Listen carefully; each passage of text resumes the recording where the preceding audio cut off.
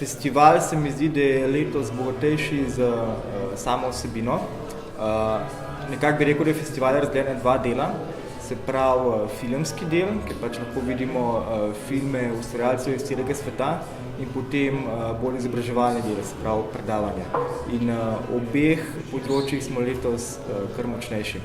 Se pravi filmov, mislim, smo jih letos dobili 2000 iz celega sveta, kar pomeni, da dobimo zelo veliko različnih perspektiv, zelo veliko različnega znanja iz celega sveta.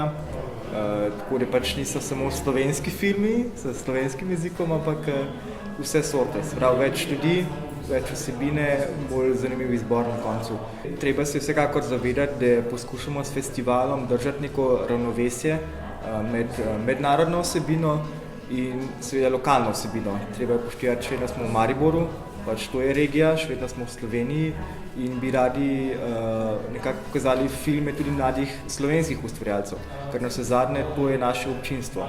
Ker pač tujci sicer so poslali filme, ampak seveda ni logično, da bodo si lahko privoščili priti na festival. Se pravi, slovenski obiskovalci, ki pa pridejo na festival, pa si seveda želijo videti svoje filme, oziroma filme, ki govorijo o zgodbah, ki jih oni poznajo.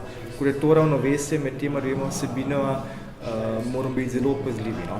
Tako da nekako bi rekel, da je četrtina je poudarka na lokalnih vsebinah, na slovenskih vsebinah, četrtina je netekmovalni program in festivali, filmi z festivalov širom sveta. V ostali četrtini, polovica po domače povedano, je pa tekmovalni program, se pravi krem de la krem.